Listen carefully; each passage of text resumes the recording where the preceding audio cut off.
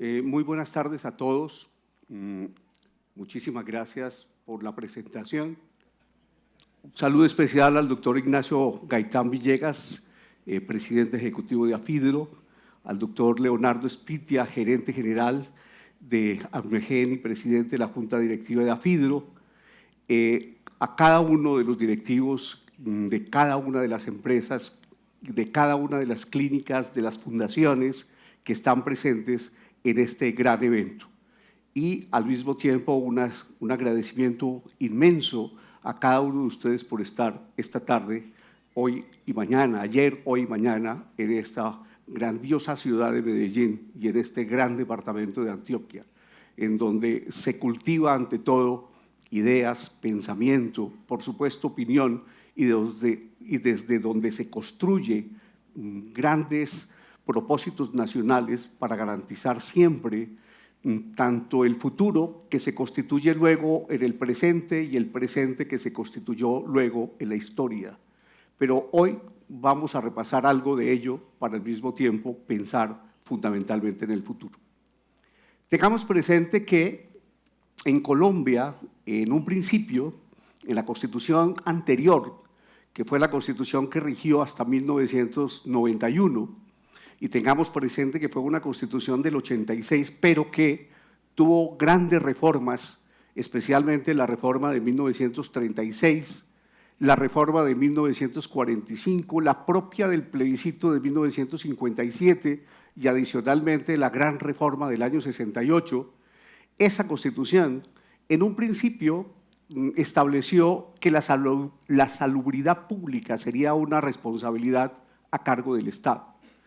Y justamente en 1886,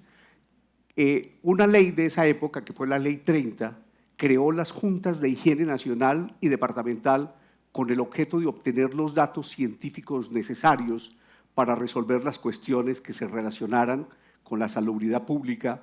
consideradas en esa época como las antecesoras de lo que hoy es el Ministerio de Salud. Y la estructuración de los modelos de protección social en salud en Colombia, podemos decir que inició con la creación, primero, digamos, en la época más reciente, con la creación de la Caja Nacional de Previsión Social, la que tuvimos todos, que conocimos todos como Cajanal, mediante la Ley Sexta de 1945 y el entonces Instituto Colombiano de los Seguros Sociales a través de la Ley 90 de 1946, con el propósito en esa época de brindar aseguramiento social para los trabajadores formales. No obstante, como todos siempre lo hemos sabido, las necesidades de atención en salud del resto de la población continuó siendo dispensada como asistencia pública a través de hospitales públicos o asumida directamente por la población que acudía al sector privado. Digamos que desde el punto de vista estatal, aquí teníamos un antecedente muy grande de lo que es el asistencialismo a cargo justamente de la organización estatal. Sin embargo, y en buena hora,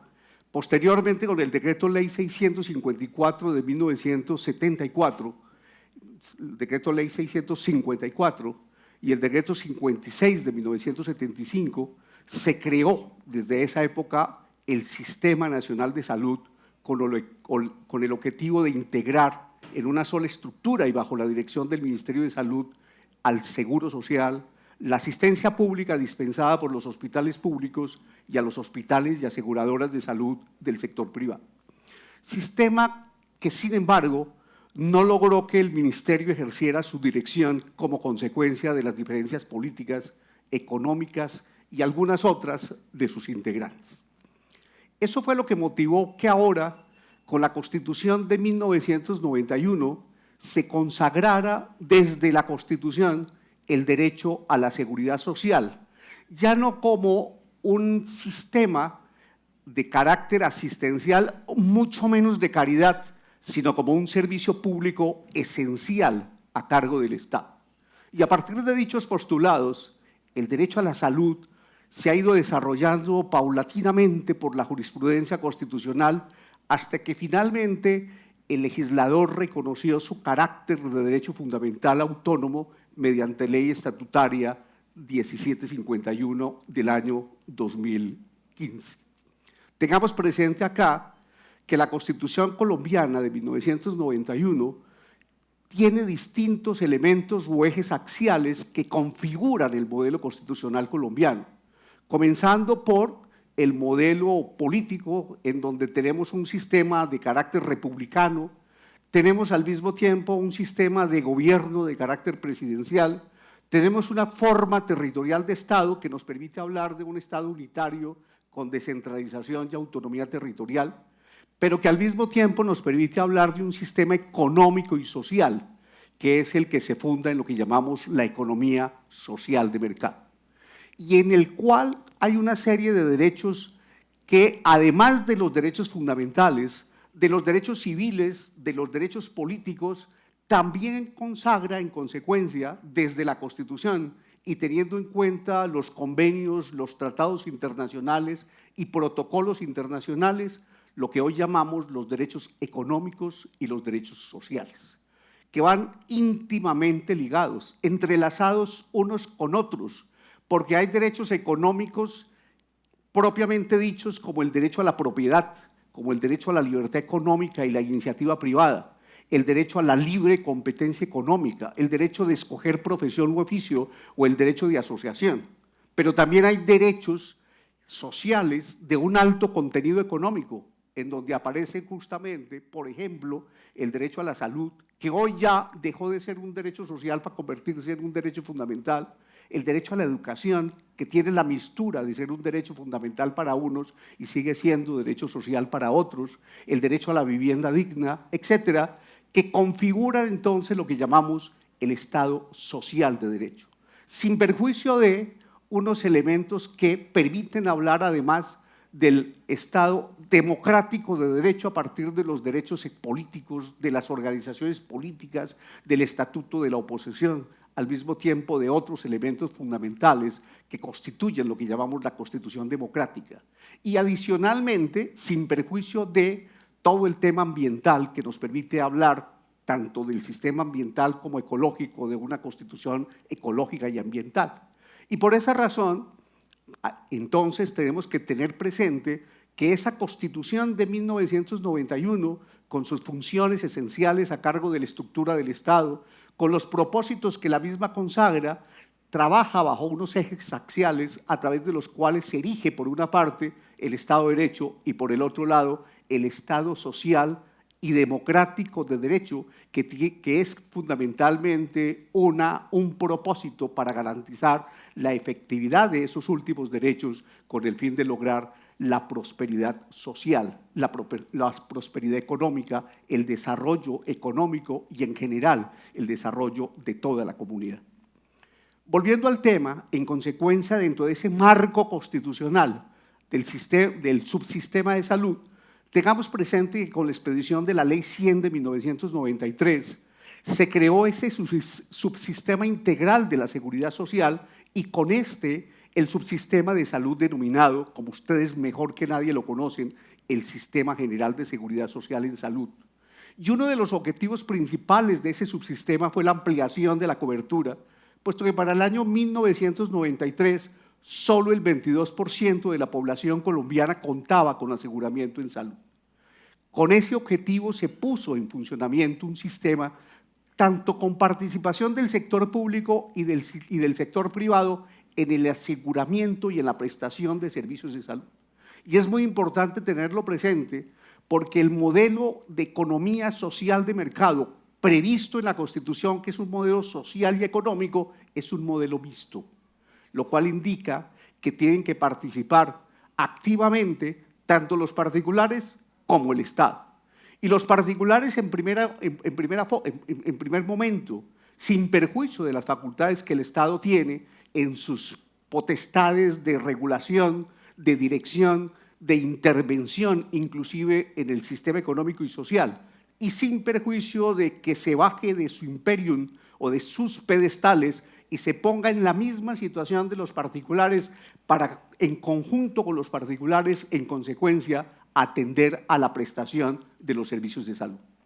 Por eso, desde ese enfoque, ese sistema permitió que sus afiliados obligatorios y voluntarios, eligieran libremente la entidad promotora de salud,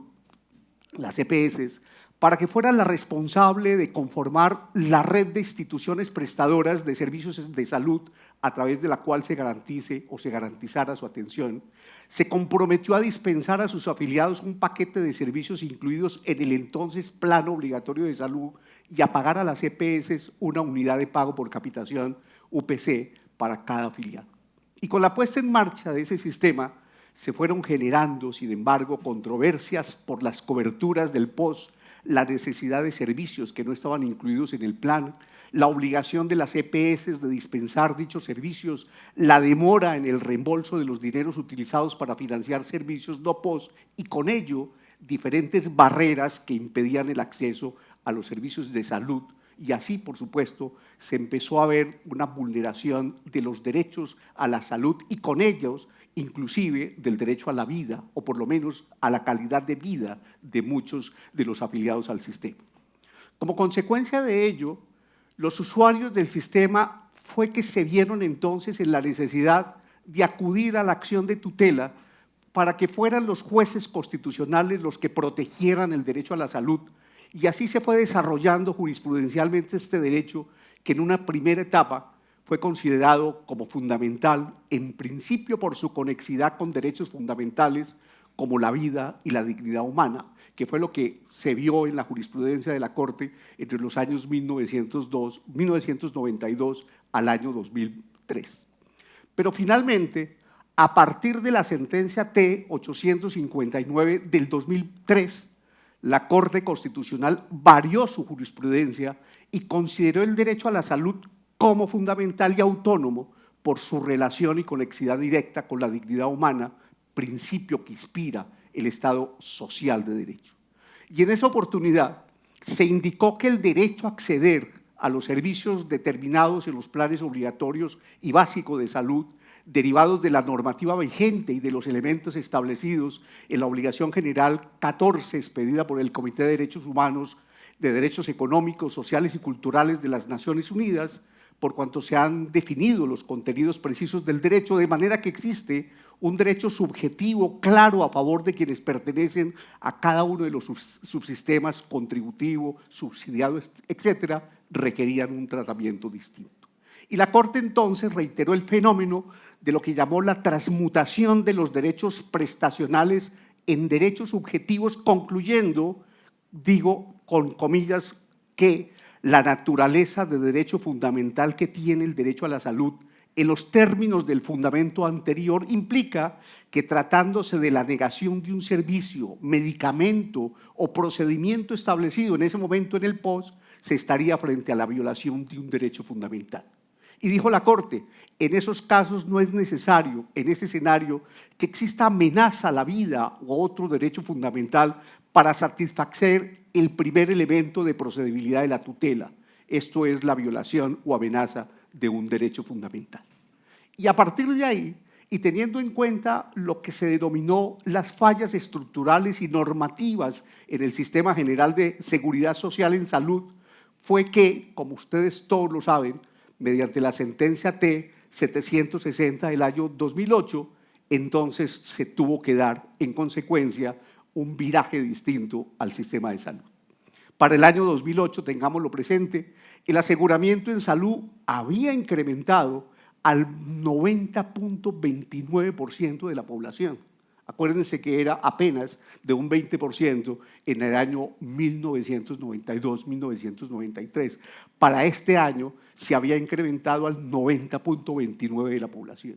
Sin embargo, las acciones de tutela que pretendían la protección del derecho de salud también iban en aumento de una manera considerable. Por eso, en la sentencia T-760 del año 2008, la Corte evidenció obstáculos que impedían el goce efectivo del derecho a la salud como consecuencia de fallas estructurales en el Sistema General de Seguridad Social, las cuales agrupó, como todos lo saben, en varias categorías. En primer lugar, lo que llamó unas zonas grises en las coberturas de los planes obligatorios de salud, de los regímenes contributivo y subsidiado, que servían de justificación para que las entidades promotoras de salud negaran servicios incluidos en eso.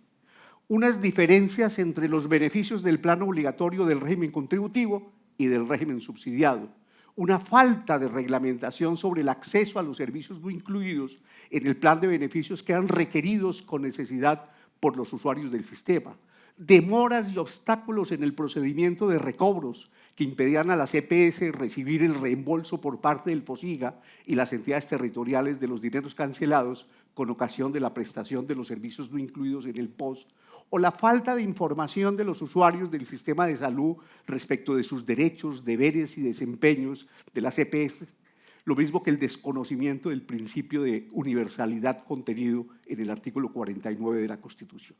Y con ocasión de esos problemas es que la Corte entonces tuvo que impartir, como ustedes lo saben, 16 órdenes con el propósito de que el Gobierno Nacional, a través de diferentes entidades responsables, entre ellas el Ministerio de Salud, la Superintendencia de Salud, el entonces FOSIGA, adoptara las medidas necesarias para superar los graves problemas advertidos en el sistema y de esa forma garantizar a la población colombiana el acceso real a los servicios de salud y de esa forma el goce efectivo del derecho fundamental a la salud.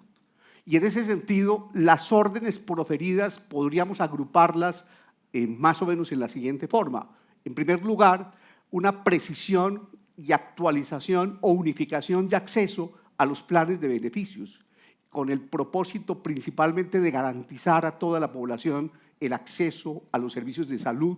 actualizar de forma integral el entonces POS y hacerlo de forma periódica, crear un registro de servicios negados alimentado por la información de las EPS, crear un ranking de EPS y de IPS o unificar el plan de los dos regímenes para los menores de edad y demás grupos etarios, lo mismo que crear un mecanismo de autorización directa de medicamentos, tratamientos y tecnologías para que los trámites administrativos no continuaran siendo una barrera de acceso. En segundo lugar, unas órdenes que se relacionaban con la sostenibilidad o que se relacionan con la sostenibilidad financiera y el flujo de recursos. Y esas órdenes tenían como propósito, en primer lugar, asegurar el flujo de recursos al interior del sistema y su sostenibilidad financiera, lo mismo que eliminar las causales de glosas denominadas fallos de tutela y principio activo POS, dando trámite al pago de los recobros represados a septiembre de 2008 y rediseñar un procedimiento de recobro. Y unas directrices que tenían como finalidad la reglamentación de las cartas de derechos y obligaciones de los usuarios y de desempeño de las EPS, lo mismo que garantizar la cobertura universal y sostenible de los servicios, al tiempo que acerca de medir el número de las tutelas y difundir la sentencia entre los distintos funcionarios judiciales. Y a partir de ahí uno podía encontrar entonces o hacer un diagnóstico entre ese año 2008 y hoy sobre el cumplimiento, avances y retrocesos de esas órdenes que se dieron a partir de la sentencia C-760 del año 2008. Y en atención a esas órdenes, pues poder verificar si los responsables del cumplimiento de las mismas han adoptado o adoptaron medidas para cumplirlas bajo el seguimiento que efectúa también la creación de la Sala Especial de la Corte, creada para verificar el acatamiento de las directrices y la superación de los problemas identificados en la sentencia estructural que, con ocasión de la expedición de la Ley Estatutaria 1751, precisaron el alcance de algunas de esas órdenes. Y en ese sentido, pues podemos afirmar que hay una verificación del cumplimiento de las mismas para llegar a una conclusión muy general que se ha presentado o un incumplimiento general o un cumplimiento bajo en algunas situaciones o un cumplimiento general en muy pocas otras órdenes y algunas otras están sin valorar. Y de acuerdo con ello, por ejemplo, en el boletín número 126 del 1 de agosto de 2023,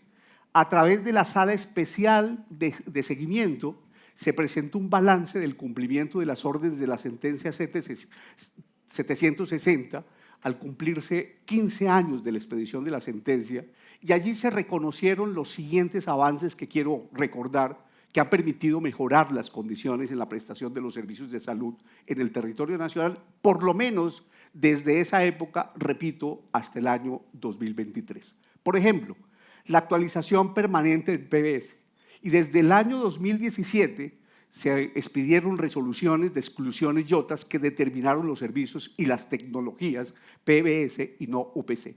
La unificación de los planes de beneficios en ambos regímenes en todos los grupos etarios. El incremento del valor de la UPC del régimen subsidiado. Se creó e implementó MIPRES, que permite la autorización o permitió la autorización directa de los servicios y tecnologías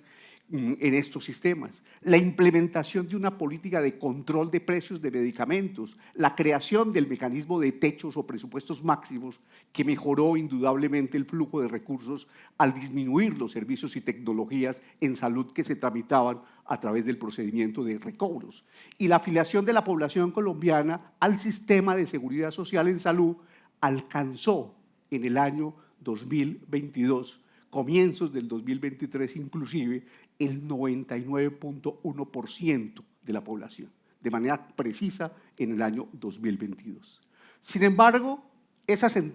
tendencia cambió a partir del año 2023, año a partir del cual, y como resultado de las valoraciones de cumplimiento, la Sala Especial de Seguimiento de las órdenes dictadas por la Corte Constitucional pues ha concluido que se han advertido unos retrocesos serios en la garantía y efectividad del derecho a la seguridad social en salud. Y por lo tanto, hay un cumplimiento bajo o un cumplimiento medio y solo un cumplimiento alto del 8.7% o del 10% y ahora en el 2025 del 5% en algunas órdenes, pero la gran mayoría con unos incumplimientos bajos del 47.83% en el año 2023, del 50% en el año 2024 y del 45% en el año 2025. Y ese retroceso en los niveles de cumplimiento es consecuencia de que la Sala de Seguimiento de la Corte haya advertido varios asuntos a saber. Frente a la orden que busca garantizar el acceso a los servicios de salud a toda la población, 3 años después de la primera valoración de cumplimiento, mediante el auto 1174 del año 2025, se declaró cumplimiento bajo en el componente de oportunidad en la prestación de los servicios de salud al advertir que el Ministerio de Salud no cumplió con lo ordenado en los autos 584 del 2022 y 999 del 2023.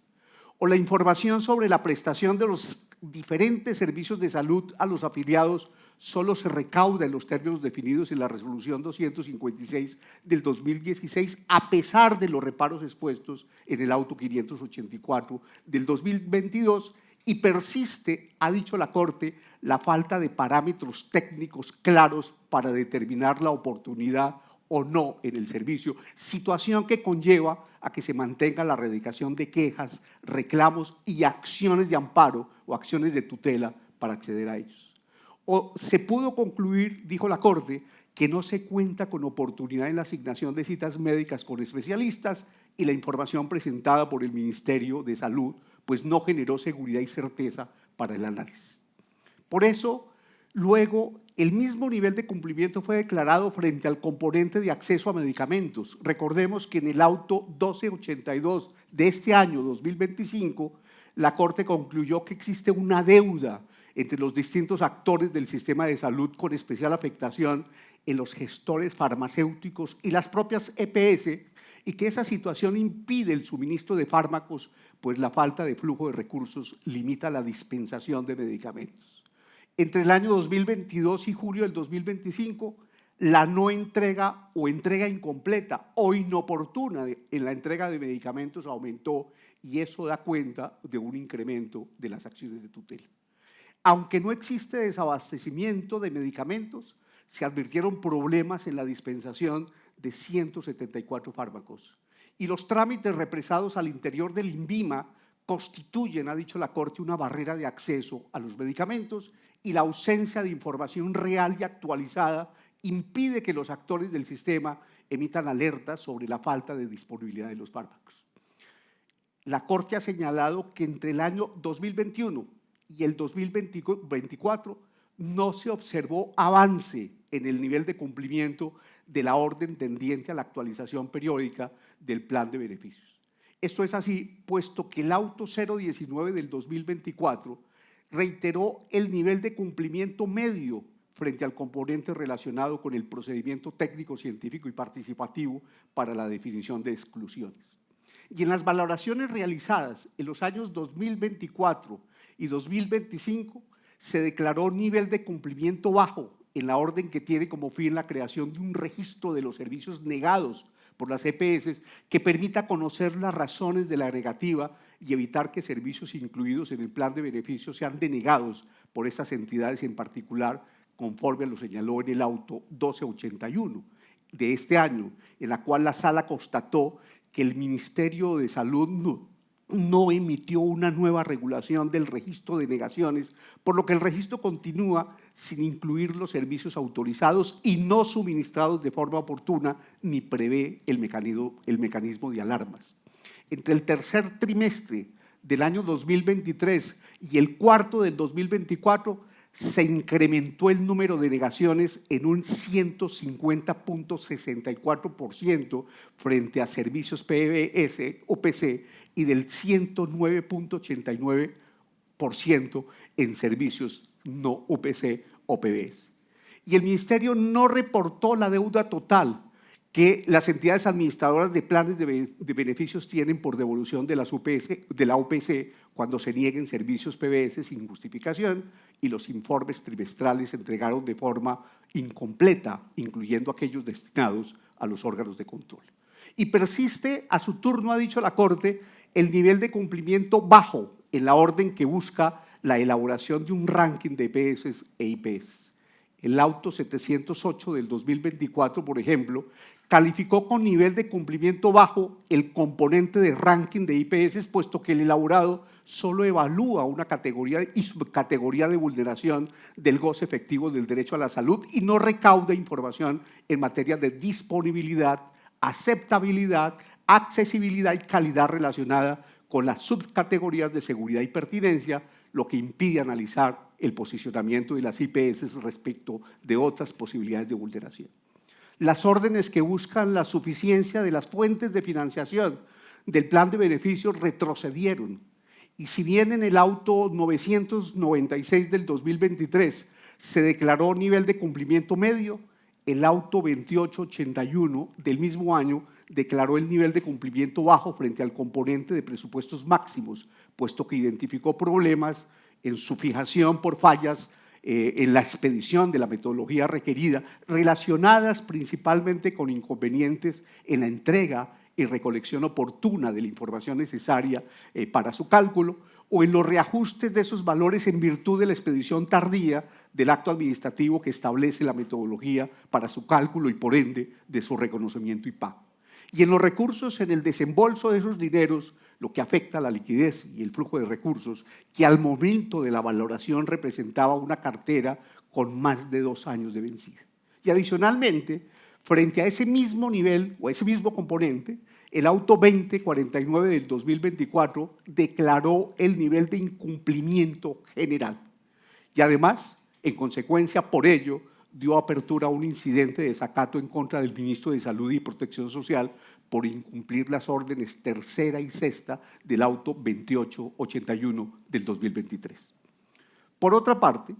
en el auto 007 de este año, la Corte calificó con nivel de incumplimiento general el componente de suficiencia de UPC, luego de identificar fallas, uno, en el sistema de información que impiden calcular una prima suficiente. La Corte encontró que no existe un mecanismo para contrastar los datos reportados por las EPS con los cuales se calcula la UPC. Y también encontró que las frecuencias de uso de los servicios en salud registradas no son confiables y que la información empleada para efectuar el cálculo en ambos regímenes no es suficiente ni de calidad. Al mismo tiempo, señaló que en el mecanismo para fijar la UPC se evidenció que la metodología empleada para fijar la UPC requiere ser actualizado e incluir nuevas variables. Y asimismo, la Corte consideró necesario reevaluar la forma en que se incluyen algunos factores en el cálculo como la siniestralidad, la inflación, las destinaciones específicas y las inclusiones y el rezago existente en su valor. Y además, la sala de seguimiento consideró que esa insuficiencia puede afectar los montos mínimos que exige la ley que las EPS tengan en cuenta. Allí evidenció la Corte un retroceso en la orden de equiparar al 95% del valor de la UPC del sistema, pues se encontró que la brecha existente entre esos valores disminuyó en el año 2021 a 7.0%, a 7.07%, pero en el año 2022 esa diferencia se amplió a 13.02% y se mantuvo sin justificación alguna hasta la expedición de la OPC del año 2024. En el año 2023, mediante los autos 1937 y 2566, proferidos obviamente en el marco de la orden que pretende la creación de un mecanismo de autorización directa de las prescripciones de servicios y tecnologías en salud, el componente de prescripción de servicios excluidos, dijo la Corte, fue calificado con nivel bajo y con niveles medio y bajo el componente de prescripción de servicios del plan de beneficios que no OPC, lo que obviamente es preciso reconocer en todo caso que mediante el auto 1006 de este año, la Sala Especial de Seguimiento reconoció, como lo hizo, avances en los dos componentes y calificó el cumplimiento con nivel medio, principalmente derivados de la expedición de la resolución 740 del año 2025, que permite prescribir algunos medicamentos excluidos de la financiación, en ese caso 220 fármacos, y ahí está la única orden que presentó avance entre los años 2023 y lo corrido del año 2025. En ese sentido, vean ustedes, y podremos seguir mirando de más autos para llegar a la conclusión que las órdenes han sido de una insuficiente, han calificado de una insuficiencia el cumplimiento de las mismas a partir de cuando la Corte fue expidiéndolas hasta llegar al año 2024 con unas cifras que generan una grave situación de zozobra e incertidumbre para el funcionamiento del sistema y, por supuesto, y fundamentalmente para la atención de las personas que igualmente son las beneficiarias del Sistema General de Salud. Acordemos que el gobierno intervino la EPC Sanitas en abril de 2024 debido, dijo él, el gobierno, a un supuesto incumplimiento de los indicadores financieros y de solvencia como un patrimonio negativo. Pero actualmente dicha EPS ya no se encuentra intervenida, habida cuenta de que, como ustedes lo saben, la Corte, mediante la sentencia SU 277 de este año, anuló la intervención al considerar que la Superintendencia de Salud pues, no siguió el debido proceso adecuado y, por supuesto, adicionalmente, pues, no cumplió con las reglas previstas para precisamente su intervención. Sobre ese asunto, pues se aspira a que sencillamente tanto esa EPS, por supuesto, pueda volver a cumplir con los propósitos que el Sistema General de Salud, el subsistema de salud tiene, para que a partir de ahí podamos, en consecuencia, contar de nuevo con una organización que sirva a los propósitos que la Constitución y la ley contemplan. Por supuesto, aquí a su turno hay que tener en cuenta que la sentencia de unificación, esta sobre el caso de Sanitas, que fue adoptada por la Sala Plena, hizo alusión al impacto de la intervención en el desempeño de la EPS Sanitas. Y ahí dijo, de manera muy concreta, que no puede pasar por alto, dijo la Sala Plena, que después de la intervención de aquella entidad se reportó un mayor número de quejas y acciones de tutelas contra EPS Sanitas y además los indicadores financieros registraron un deterioro significativo. Lo señalado es de suma relevancia, dijo la Corte, para la solución del caso en la medida en que esas fueron las razones que motivaron la medida especial de protección. Y eso obliga, en consecuencia, a tener ojo muy especial en relación con esa y con las demás EPS intervenidas. Un problema que la Corte ha venido revisando de muy cerca es el que se relaciona con la dispensación de medicamentos. El retroceso en la superación de las fallas estructurales del sistema, la Corte ha señalado que ha impactado directamente a los pacientes, quienes han debido afrontar demoras en la dispensación de los medicamentos que requieren, muchas gracias, o incluso la omisión absoluta de esto. Y esa situación que se ha visto reflejada en el incremento de acciones de tutela en las que se pretende la entrega de medicamentos, pues ha sido reflejada, repito, por un número significativo de acciones de tutela que en estos momentos estudia la Corte Constitucional. En el año 2023 se presentaron 43.333 acciones de tutela que pretendían la entrega de medicamentos, y en el año 2024 esa pretensión correspondió a 69.170. Y durante lo que va corrido del año, esa cifra ya asciende a 53.796 acciones de tutela. Y en ese sentido, es preciso recordar que los pacientes no deben verse afectados por trámites administrativos. Y por lo tanto, en la sentencia T-252 del año 2024, la Corte indicó que los principios de integralidad, continuidad, oportunidad están interconectados y depende en gran medida de la eliminación de barreras que impiden al usuario gozar de suministro pronto y eficiente de los mecanismos prescritos. Y por eso señaló que para la Corte ha sido claro que el derecho fundamental a la salud se desconoce ante la imposición de barreras administrativas a los usuarios, quienes no tienen el deber de soportarlas. Y, en efecto, dijo que justamente en la sentencia en la T-760, la Corte destacó que en su oportunidad que las EPS no pueden imponer a los pacientes el cumplimiento de cargas administrativas que les son propias como un requisito para el acceso a un servicio de salud. Y sus decisiones administrativas no deben afectar a los pacientes. Y al enunciar algunas situaciones que constituyen barreras administrativas, en esos momentos la Corte dijo que el desabastecimiento de medicamentos no ha sido considerado como una razón válida para negar el derecho a la salud. Que la entrega de medicamentos es una de las obligaciones cardinales que deben cumplir las EPS sin que se impongan barreras administrativas o trámites burocráticos que el afiliado no está en condiciones de asumir. Y además que el suministro tardío o inoportuno de medicamentos desconoce los principios de integralidad y continuidad en la prestación del servicio.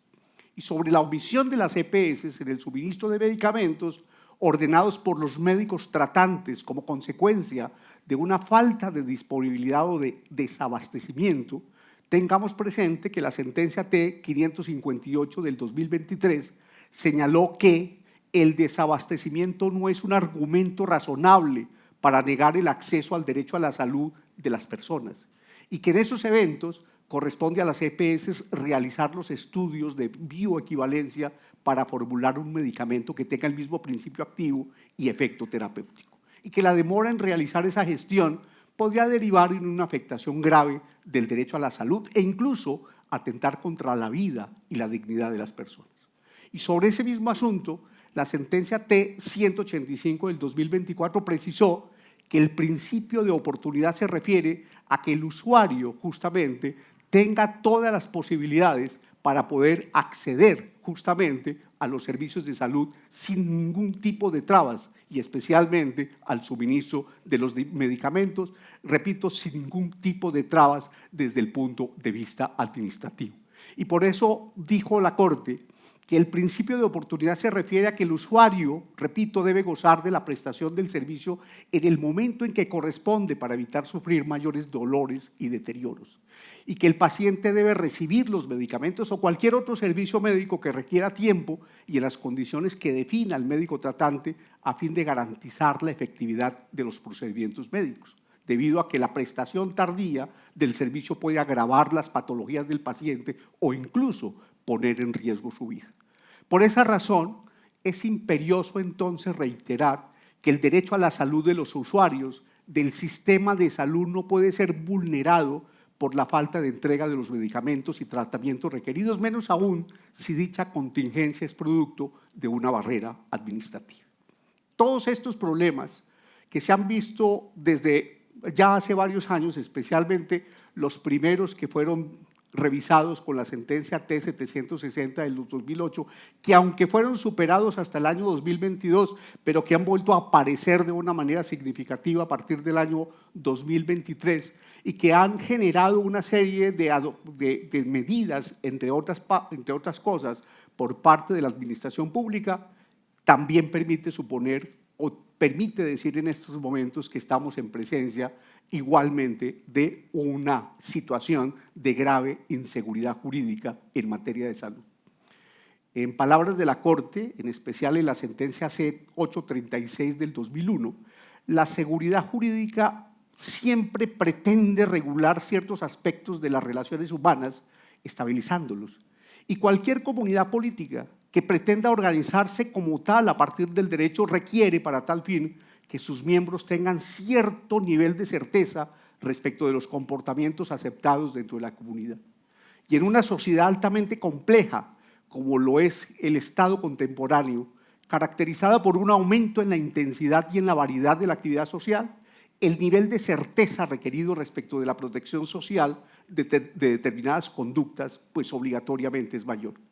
Nuestra forma de organización político-jurídica protege a todas las personas, imponiendo a las autoridades la obligación de garantizar, como dice la Constitución en el artículo 2, la efectividad de los derechos y deberes, a través del derecho, como el sistema establece, de manera ordenada, para que haya un verdadero sistema de seguridad social y al mismo tiempo un verdadero orden jurídico que ponga o que permita la realización efectiva del Estado social y democrático de derecho.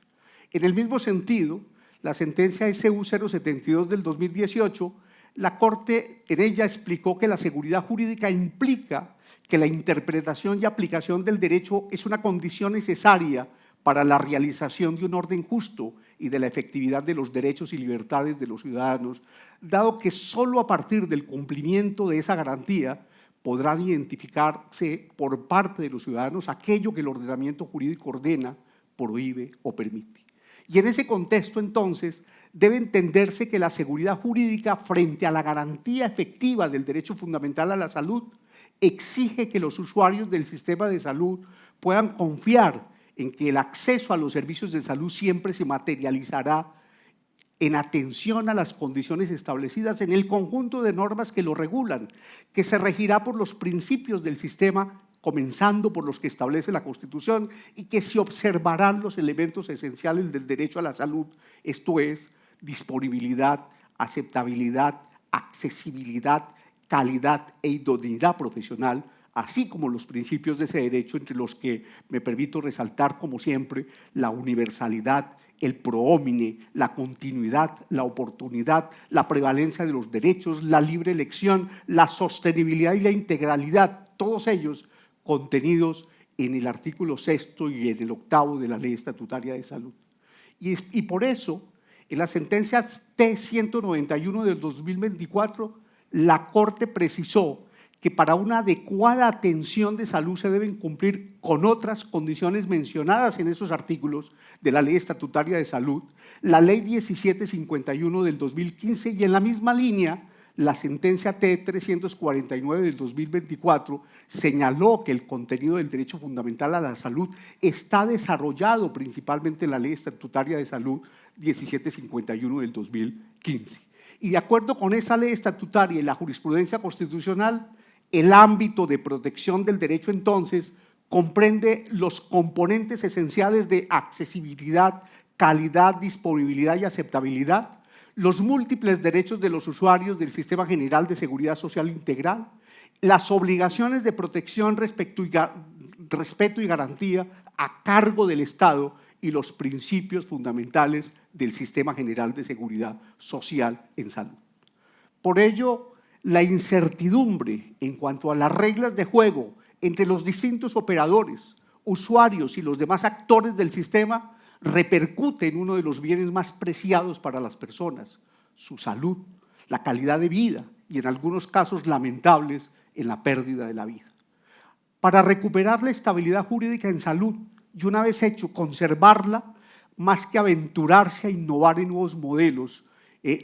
toda la institucionalidad ha de volcarse, a mi juicio, a implementar reformas legales y administrativas que garanticen efectivamente el acceso continuo y oportuno a los servicios de salud, al igual que se debe fortalecer la protección laboral de las personas con afecciones médicas y del personal de la salud, lo cual implica mejorar la provisión de servicios a través de la ampliación de la cobertura, como se venía haciendo, la simplificación de trámites y la dotación de personal sanitario y, por otro, por supuesto, fortalecer los derechos de los pacientes y la efectividad de los mismos. Por eso es necesario, en consecuencia, de nuevo reordenar el sistema para garantizar, por una parte, su estabilidad, tal y como se venía trabajando en los últimos 35 años, conforme lo señala la Constitución, para garantía y efectividad del Estado social y democrático de derecho, de acuerdo con las reglas que estaban contenidas en las diferentes normas legales que se venían expidiendo y de acuerdo con las reglas jurisprudenciales que para tal efecto también se venían adoptando desde los años 1993 para acá, y por supuesto, a su turno, los que permitieron contar con un incremento en la cobertura y, por lo tanto, en alcanzar los grados de universalidad que tuvo la población colombiana hasta el año 2022. No es posible retroceder en los avances que se habían logrado en los años recientes, porque eso significa el retroceso en una regresión de los derechos económicos y sociales, y por lo mismo uno debe apostarle al futuro a restablecer el orden institucional y al mismo tiempo a restablecer el orden jurídico que nos permita en consecuencia garantizar la estabilidad jurídica y por supuesto la seguridad jurídica del sistema para permitir que en consecuencia todo avance en la eficacia de los derechos, en la garantía y efectividad de los mismos que constituyen el valor fundamental para la protección efectiva del derecho a la salud como derecho fundamental, del derecho a la vida digna y fundamentalmente del derecho a la vida, que es lo que nos permite estar en una sociedad en la cual todos participamos actualmente y que nos obligue a todos a pensar en que la efectividad de los derechos no solamente es un asunto que nos corresponde garantizar frente a las generaciones que actualmente nos desempeñamos, sino que además es una obligación frente a las generaciones futuras que tienen que tener el derecho a continuar disfrutando de los beneficios que el Estado les prodigue para garantizar, repito, su efectividad y no que nos regresemos como en su época tuvimos una situación lamentable de simple asistencialismo a cargo del Estado, cuando era perfectamente posible y lo sigue siendo, de acuerdo con la Constitución, de acuerdo con la ley y de acuerdo con la jurisprudencia, contar con regímenes especiales o regímenes generales y especiales para garantizar la satisfacción de los derechos en general, pero en particular del derecho a la seguridad social en salud en favor de toda la población colombiana. Y ese es el llamado que desde la Corte Constitucional se viene haciendo con toda esta jurisprudencia que desde comenzando sus años de actividad en procura de garantizar la supremacía y la integralidad de la Constitución ha venido haciendo la Corte desde hace 34, 35 años, con mayor énfasis a partir de cuando tuvo que expedir las órdenes estructurales o complejas contenidas en la T-760 del 2008 y al mismo tiempo en el conjunto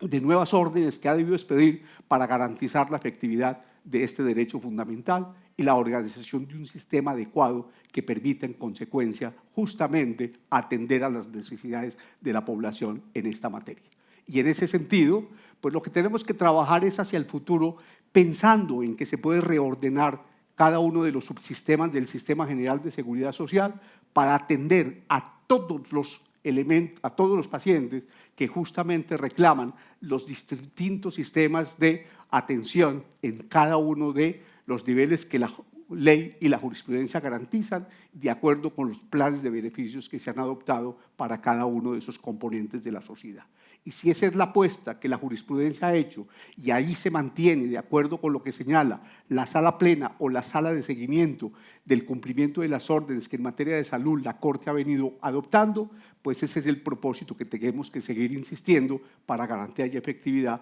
de los derechos de todas las personas. Y ese es el propósito en el que estamos todos empeñados para garantía y efectividad del orden constitucional, del Estado social y democrático de derecho, que incluye la defensa de la democracia y que, por supuesto, garantiza, repito, la efectividad de los derechos y la tutela judicial efectiva en relación con los mismos. Muchísimas gracias.